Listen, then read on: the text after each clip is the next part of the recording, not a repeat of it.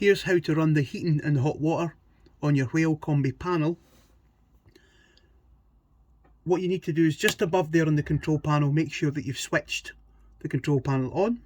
You'll see that currently the hot water and the heating are set to off. What you would do is you press the hot water and you'll see that it will cycle through the sources of power. So the sources you've got are just frost protection here. You've got one wavy line which represents approximately 500 kilowatts of electric, 2 kilowatts, then you're on to gas here, then you have a mixture, that's with your gas and electric, low voltage, and gas and electric with a higher voltage. Just be sure to open up your gas bottle if you're going to be selecting gas as a source, otherwise you'll find an error comes up. On the bottom, again, same idea.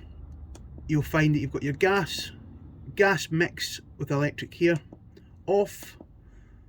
Then you've got low voltage, medium voltage, and then high voltage with electric. So you get 3 wavy line options. Once you've selected the source, you can use the plus and minus to indicate what temperature you want. And then you could actually go down to this setting here for overnight.